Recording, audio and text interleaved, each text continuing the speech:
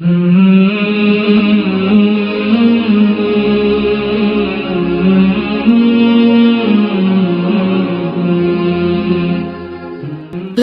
الہ الا اللہ محمد رسول اللہ.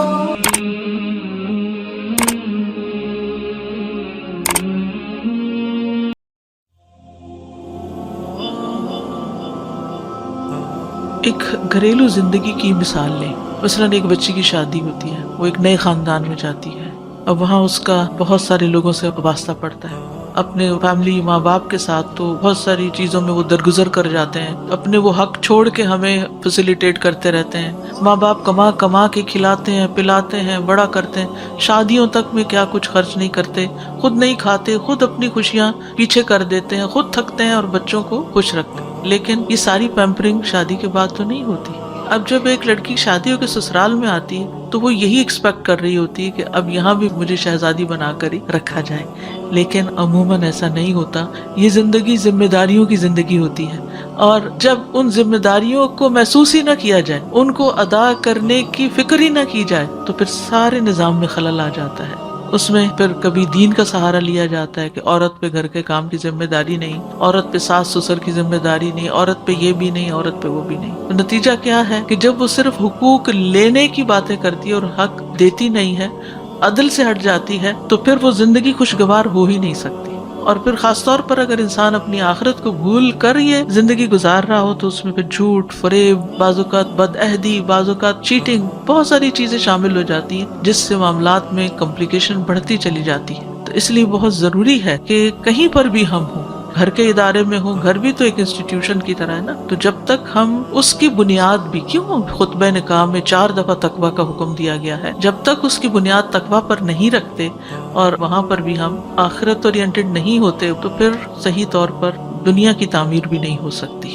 اور جب دنیا کی تعمیر صحیح نہیں کرتے، ہم یہاں فساد سے بھرا ہوا ہے گھر کو، اور جہاں کام کرتے ہیں اس جگہ کو بھی جہنم بنایا ہوا ہے، تو پھر آپ دیکھیے کہ اپنے لیے جنت کی تمنا کیسے رکھ سکتے ہیں. یعنی جب دوسروں کی زندگی ہم جہنم بناتے ہیں، دوسروں کا جینا حرام کرتے ہیں، دوسروں کو لیٹ ڈاؤن کرتے ہیں، دوسروں کو ذلیل کرتے ہیں، تو اللہ ہمیں عزت کہاں سے دے گا؟ سوچنے کی بات ہے.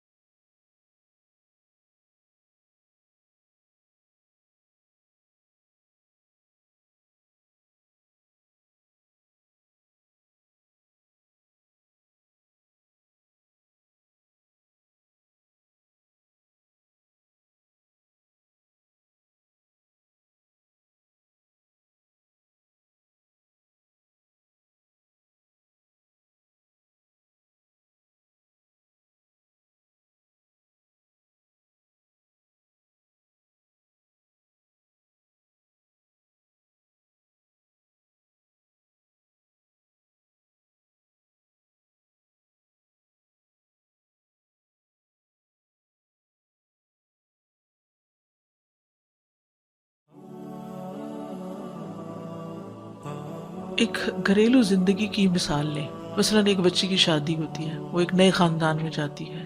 اب وہاں اس کا بہت سارے لوگوں سے وابستہ پڑتا ہے. اپنے فیملی ماں باپ کے ساتھ تو بہت ساری چیزوں میں وہ درگزر کر جاتے ہیں، اپنے وہ حق چھوڑ کے ہمیں فیسیلیٹیٹ کرتے رہتے ہیں. ماں باپ کما کما کے کھلاتے ہیں، پلاتے ہیں، بڑا کرتے ہیں، شادیوں تک میں کیا کچھ خرچ نہیں کرتے، خود نہیں کھاتے، خود اپنی خوشیاں پیچھے کر دیتے ہیں، خود تھکتے ہیں اور بچوں کو خوش رکھتے ہیں. لیکن یہ ساری پیمپرنگ شادی کے بعد تو نہیں ہوتی. اب جب ایک لڑکی شادی ہو کے سسرال میں آتی ہے تو وہ یہی ایکسپیکٹ کر رہی ہوتی ہے کہ اب یہاں بھی مجھے شہزادی بنا کر ہی رکھا جائے. لیکن عموماً ایسا نہیں ہوتا. یہ زندگی ذمہ داریوں کی زندگی ہوتی ہے، اور جب ان ذمہ داریوں کو محسوس ہی نہ کیا جائے، ان کو ادا کرنے کی فکر ہی نہ کی جائے، تو پھر سارے نظام میں خلل آ جاتا ہے. اس میں پھر کبھی دین کا سہارا لیا جاتا ہے کہ عورت پہ گھر کے کام کی ذمہ داری نہیں، عورت پہ ساس سسر کی ذمہ داری نہیں، عورت پہ یہ بھی نہیں، عورت پہ وہ بھی نہیں. نتیجہ کیا ہے کہ جب وہ صرف حقوق لینے کی باتیں کرتی ہے اور حق دیتی نہیں ہے، عدل سے ہٹ جاتی ہے، تو پھر وہ زندگی خوشگوار ہو ہی نہیں سکتی. اور پھر خاص طور پر اگر انسان اپنی آخرت کو بھول کر یہ زندگی گزار رہا ہو تو اس میں پھر جھوٹ، فریب، بعض اوقات بد عہدی، بعض اوقات چیٹنگ، بہت ساری چیزیں شامل ہو جاتی ہیں جس سے معاملات میں کمپلیکیشن بڑھتی چلی جاتی ہے. تو اس لیے بہت ضروری ہے کہ کہیں پر بھی ہم ہوں، گھر کے ادارے میں ہوں، گھر بھی تو ایک انسٹیٹیوشن کی طرح ہے نا، تو جب تک ہم اس کی بنیاد بھی، کیوں خطبہ نکاح میں 4 دفعہ تقویٰ کا حکم دیا گیا ہے، جب تک اس کی بنیاد تقویٰ پر نہیں رکھتے اور وہاں پر بھی ہم آخرت اورینٹڈ نہیں ہوتے، تو پھر صحیح طور پر دنیا کی تعمیر بھی نہیں ہو سکتی. اور جب دنیا کی تعمیر صحیح نہیں کرتے ہم، یہاں فساد سے بھرا ہوا ہے گھر کو، اور جہاں کام کرتے ہیں اس جگہ کو بھی جہنم بنایا ہوا ہے، تو پھر آپ دیکھیے کہ اپنے لیے جنت کی تمنا کیسے رکھ سکتے ہیں. یعنی جب دوسروں کی زندگی ہم جہنم بناتے ہیں، دوسروں کا جینا حرام کرتے ہیں، دوسروں کو لیٹ ڈاؤن کرتے ہیں، دوسروں کو ذلیل کرتے ہیں، تو اللہ ہمیں عزت کہاں سے دے گا؟ سوچنے کی بات ہے.